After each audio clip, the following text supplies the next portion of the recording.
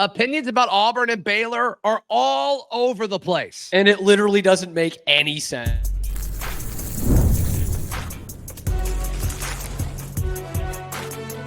You are Locked On College Crossover, part of the Locked On Podcast Network.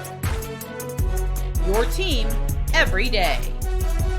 Yes, this is a crossover edition of Locked On Auburn and Locked On Baylor. I'm Zach Blackerby, host of Locked On Auburn. That is the Cam Stuart, host of Locked On Baylor. Our two teams play this month. This month.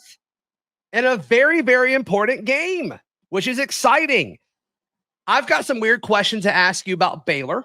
Okay. You've got an interesting question about an interesting developing story about Hugh Freeze asking the defense. Take it easy. Take it easy. To take it easy on Jackson Arnold. Whoa. Dave Aranda will be saying the same thing, I think. Oh, I'm sure. Yeah, let's don't blitz him as much. Let's see what happens there. But look, opinions are all over the place on both of these teams. Neither team made it in the top 25 of the coaches poll, but they're right next to each other if you continue to rank it out as far as, others receiving votes. Because I do think these teams are close. Both these teams could be ranked. And in fact, in some individual analysts' opinions, they are. I mean, Phil Steele, extremely high on Baylor. Yep. And then, lots of national folks throughout On3 and 247, they have Auburn in the top 15, or they have throughout the offseason. So it's just interesting how the opinions vary so much about both of these squads. And somebody's going to be right and somebody's going to be wrong come the season opener. Yeah. And if I may be so bold, I might even call this the 53 game. What I mean by that, Zach, is, we got an 80 podcast here, 240s. 240s out of 40s. Yes. And if these two teams are not in the top 25, then I've got them as 26 and 27. And if you add those two together, we got ourselves a good old-fashioned 53 game.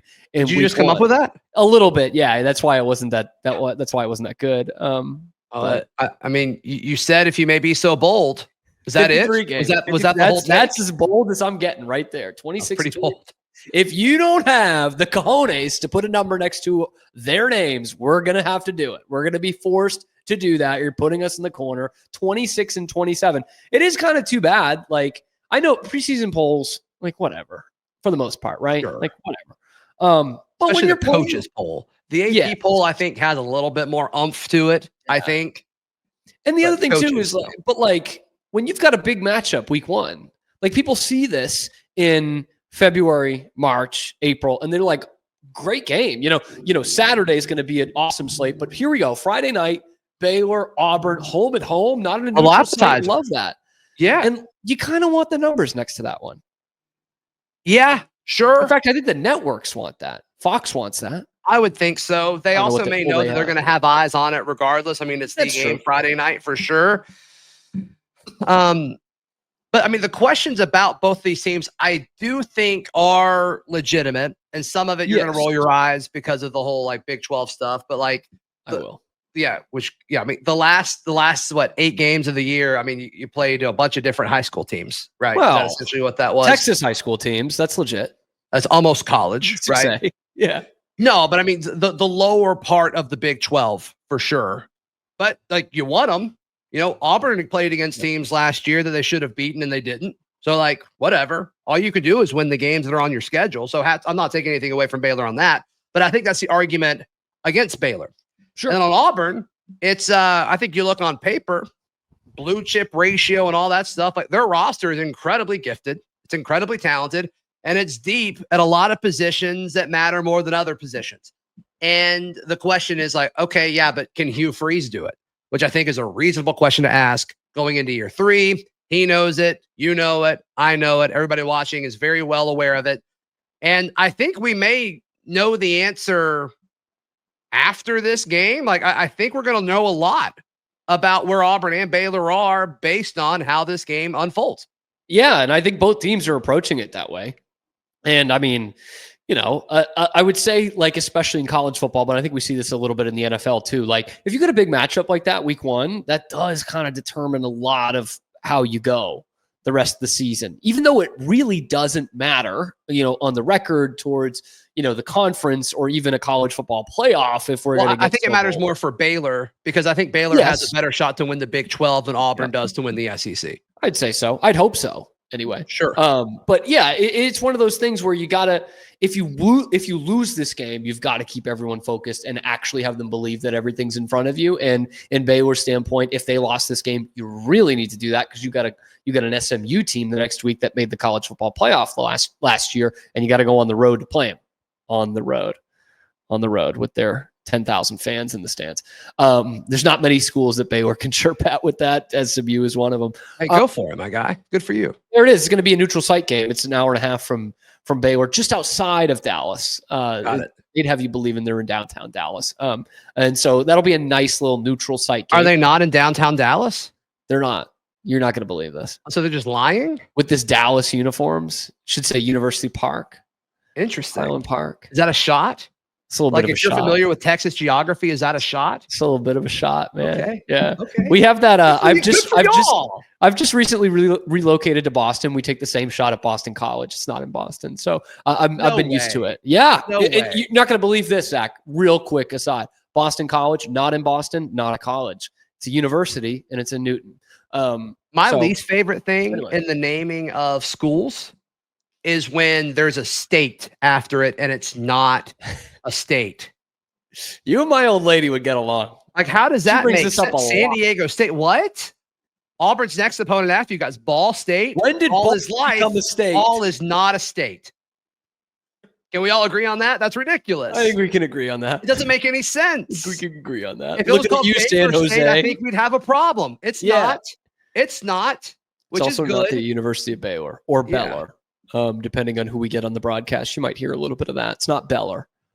Got it. I don't even remember what the original question was. I just think it's overall speculation of, opinions are all over the place on these teams. Yeah. I mean, what do you think the most accurate thing is? Like, are both teams ranked like top 20? Like, should they be like top 20 teams, or are they outside of the top 25? Like, which one of those do you think is more?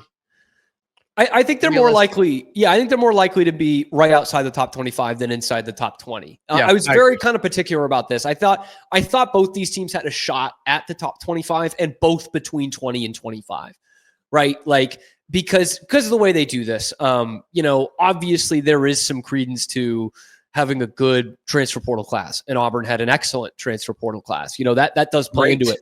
Tech is basically in the top 25 because of their transfer portal class. Now, they did win 8 games last year, which was the same as Baylor. Hand up, got a cop to it. Baylor beat them by like 1 billion points in Lubbock, but and by they Tech, did you mean Texas Tech. Texas Tech, yes. Okay. Sorry. This is not just a Big 12 show right now. Yes, I apologize. It goes on the Auburn feed as well. I like to think of myself as a man of faith. But I think you would both see them in between 20 and 25. I really thought that Auburn was getting enough momentum in the offseason, and Baylor on their part, didn't have a great transfer portal class. They didn't really need one. They brought so much back. They brought most of their returners back from last year, but it kind of goes back to your point, Zach. And I think Baylor's probably a little underrated going into this season, but I think they were properly rated at the end of last season. They weren't ranked at any point. They didn't beat a ranked team. If they had beaten LSU in the bowl game, they probably would have finished in the final poll top 25, barely, but they probably would have been there, and they didn't. So, we know that as someone who covers this every day and those Big 12 fans, like, we know that these players are good, but the nation probably doesn't know that just yet. Yeah, for sure. They will soon. Take it easy on Jackson Arnold. That's been a thing that's been discussed, apparently on the Baylor side of things too. Let's jump into that in just a moment, right here on Locked On Auburn. And Locked On Baylor. And Locked On Baylor. The crossover show. This episode brought to you by our friends at FanDuel. Can you imagine wagering on sports anywhere other than with our friends at FanDuel? Can you imagine that? So dumb, man. I'm sorry. No, I can't. I can't. That'd be ridiculous. I like money, so I do FanDuel. Yeah, they give away money like it's. I don't understand their business model. I'm going to be 100% real with you. They just give away money all the time. You can bet on Auburn and Baylor right now. If you're an Auburn person listening, you're like, gosh, Cam Stuart grinds my gears, or vice versa. Baylor guys like, oh, I just want to take it out on Zach. But bet on FanDuel. It's that easy. Baylor, a 1.5 point favorite right now. And the over-under 56.5. Over-under, just real quick. Over-under, real quick. Over. You know what? Over? Over? Yeah. Life's too short. Yep. Same. Yeah. Bet the over. And I also believe it. Yeah.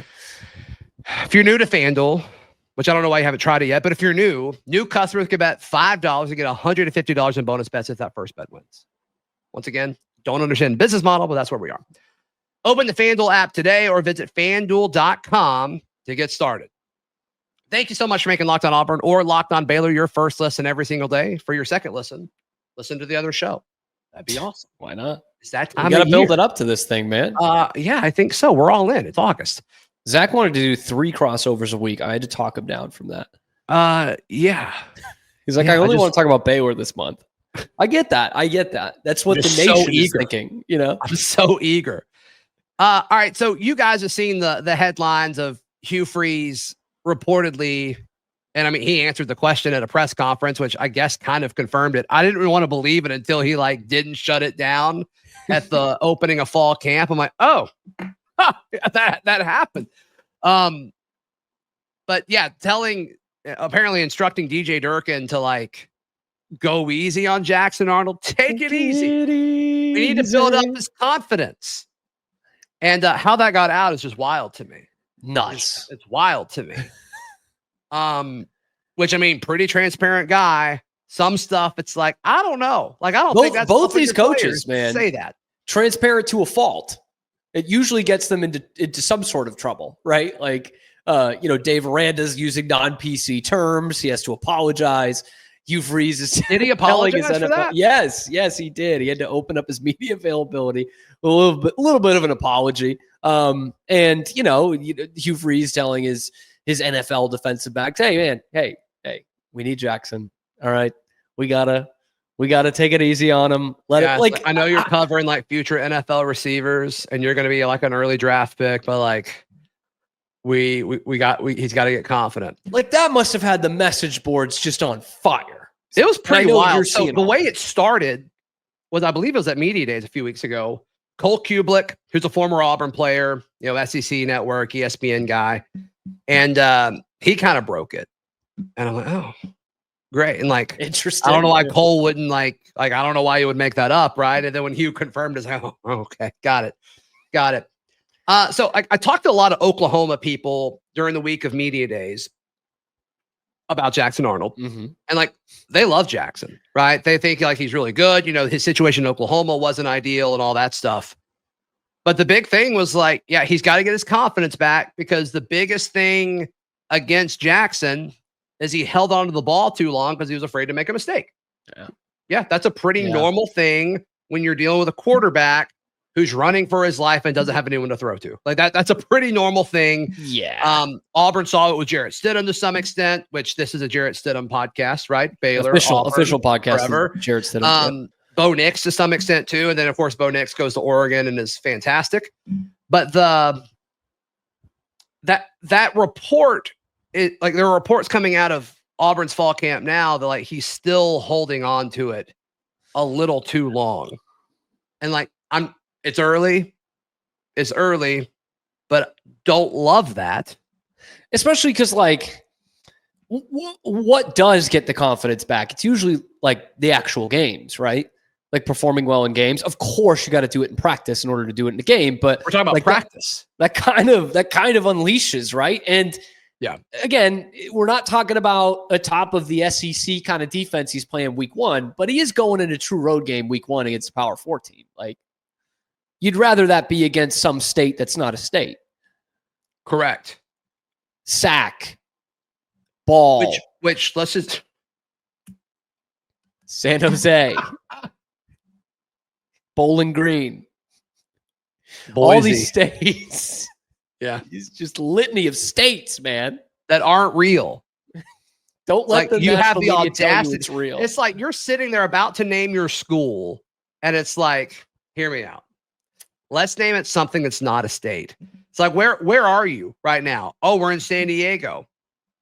San Diego State. The state of it. And everybody in the room's yeah, let's do that. That's great. It's I hope that's not taken. What? There's so many. Jax, San Diego, Florida, like just made up places, man. Just absolute made up states. Florida made up place. Yeah, for sure. It doesn't exist. Yeah. Idaho. Yeah. I mean, what was the Baylor point of view? Like, I assume that this is circulated all throughout the Baylor fan base. What's been the reaction to this story? It is pretty great. That kind of is what ushered it into kind of the buildup. I'm not making that make sense, but when that story came out, everyone was like, "Oh man, now I really can't wait for August 29th." Now, because like if you've got any kind of opinion, like I'm sure opinions on Dave Aranda are all over the place throughout the Baylor fan base. Yep, I think, but like if there's one thing that he's still got is ways to generate pressure, and that is my biggest concern in this right now. I'll tell you what, this is the time. Like Dave Aranda, we've been waiting a couple years now for like a true Dave Aranda Saturday afternoon, in this case Friday night, masterpiece, like game plan masterpiece. This is it. Could be. Okay. Not gonna be Saturday afternoon though. Hate to break it to you. Yeah, it's not gonna be that. Friday night special, not like Saturday afternoon. This kind of has to be it. He was the defensive play caller last year for the first time, and it didn't go very well. It wasn't a disaster, but they didn't have a very good defense last year. They won games with their offense. Sure. Now, it's not like coming off a bye week. You've got 8 months to prepare for this thing. You know, you've got a whole fall camp to prepare for this thing. They didn't go against Jackson Arnold, but certainly they would have been familiar with Jackson Arnold. They knew he was kind of the guy in waiting at Oklahoma. And that's why a lot of Baylor fans are tuned into this, especially. Like we remember Jackson Arnold and being the heir apparent at OU. He was a Texas high school star in Denton for Geyer, not Ryan. I think it was Geyer. National Player of the Year. Like Texans know him. Baylor fans know him. And he's now this kind of sets up for Dave Aranda here. Like, hey, you got all this time to prepare for it. You know Hugh Freeze, you know Jackson Arnold, and they're literally saying, hey, guys, Auburn teammates, please take it easy on the guy. We want him to get a couple. All right, let's really build his confidence up. Tell him how great he was after practice. You know, maybe take him out for a malt and tell him how good he is at throwing the football. Do you think a malt is better than a milkshake? No. A frat. There's a place in town where if you get a malt, it's 25 cents more than if you get a milkshake. And I'm going to be honest, I think it's worth it. Really? I think it's 25 cents better. Yeah. It's not a ripoff, huh? $2. $1.50, probably not doing it. $1, I might. All right. I think that's where I'm drawing the line. $1 where you're okay. That makes sense. Yeah. That's kind of what I do for like donations. $1.20, I don't think I'm doing it. I think if they're asking me for a donation, if they're asking me for a donation more than $1, I'm probably not doing it. Sure. Make me sound good. If it's if your total's like 658, are you rounding up to 7? Round it up.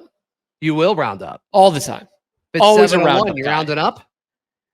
Yeah. Really? Yeah. I always say no. Am I a bad person? No, you're not. I mean, there's sometimes I don't tip people, which I try to be really good with tipping. And when I do tip, I like to tip 25%, even though I'm poor. But like when I'm going to pick something up, I'm not usually tipping. I'm not tipping the concession workers. You're not stiffing like a waiter or waitress. No, never. I got you. It's just in tip culture. That's in next week's episode. Yeah, we can do that next week. Cool. I was going to say something. Oh, some people are saying that Aranda hasn't been the same defensively since Auburn hired away Ron Roberts. People have said that. I've heard that. I've really heard that. And honestly, the timeline's not crazy. It's kind of true. It's kind of true. Is that why? I don't know. But like, it does seem like there's been a drop off since that point. I mean, yeah, no, you're exactly correct. Like the next year they were 3-9. And then last year it was a good team, not a good defense. Right. And Dave has had his paws all over this. He was the defensive play caller last year, right? He was the only coach in America in Division I that was also the defensive play caller. He has had his fingerprints all over the transfer portal, guys they brought in and guys to be starters. And it's not been there. And something that in some annals of Baylor football, that people around the program complained about with both Jeff Grimes and Ron Roberts, who were the coordinators that year in 2022, was that they were a little mean. They yelled a little bit. And that was not great to hear from a fan standpoint, that they didn't want them there because he yells. Didn't love that. Got it. but lot less yelling in the room. I'll say that. How loud are you able to speak in Baylor? It's kind of a day by day kind of thing. No loud, no accents. They don't like that.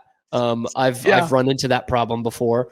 But typically anything over like bottom floor of the college library where you are allowed to talk, but nothing crazy. Like don't yell, but like if you talk a little loud, you see your buddy like, hey, like that's probably okay, but like I'm not yelling at him. I'm just talking firmly at him. Right. You know yelling though, like let's say they're across the room. Yeah. Across though, we're really pushing it there. I gotcha. And if you can hit the high notes, go for it. All right. Head voice. Yeah. I have some weird Baylor questions, even weirder than that in a second, right here on this crossover edition of Locked On Auburn and Locked On Baylor. I was talking to my pastor who's a Baylor alum, and he told me to ask you these questions. Very classic, by the way. Love we are so Baylor right now. Yeah. So there's a thing called the Baylor Line. Oh yeah. Where all the freshmen run out on the field. Yeah. And they form like a line for the team to Can I real quick, can I give you, so I used to work for Baylor admissions and I used to have to describe this to prospective students. You want me to go through that real quick? Then you want me to do that? All right, Zach, I need you to do this with me because this is what I did with the students and the parents, okay? I need you to close your eyes for me, okay? After you put down that couple. I'm not going to do that. Just close your eyes. I want you to picture this, Zach, all right? It's your freshman year at Baylor. You're discovering everything. It's a lovely life. Let's put it in late October, okay? So you're not in 120 degrees, okay? There's a nip in the air, if you will. A little bit, okay? Nip State. And right before Baylor is about to play this football game, okay? Yeah. You've got, the band is playing, the hype video's going, the smokestack's coming up. There's 50,000 people around you, and they are going nuts for you. And then you run like you've never run before. You run a dead sprint about 120 yards and you make a human tunnel for the Baylor football team to run through as they take the field at McLean Stadium. Ooh, doesn't that sound good? We're not even at the best part yet, Zach. Oh, man. Because after that, we're not going to put you up in the nosebleeds, okay? The Baylor Line section, we're going to put you in the best seats in the house. That's right. I'm talking right behind the visitors bench. Yes. Hold for parents to laugh. And then I say, so you can give some good Christian encouragement to those Tigers, those Horned Frogs, those Sun Devils for the next 3 hours. And the place is just loving it at this point. And then I say, obviously you all want to go here. Here's how you apply. How many times do you think you've said that exact thing? Way too many, man. Like 150, 200. Yeah. Okay. Yeah. All right. In not even 2 years, we're going to.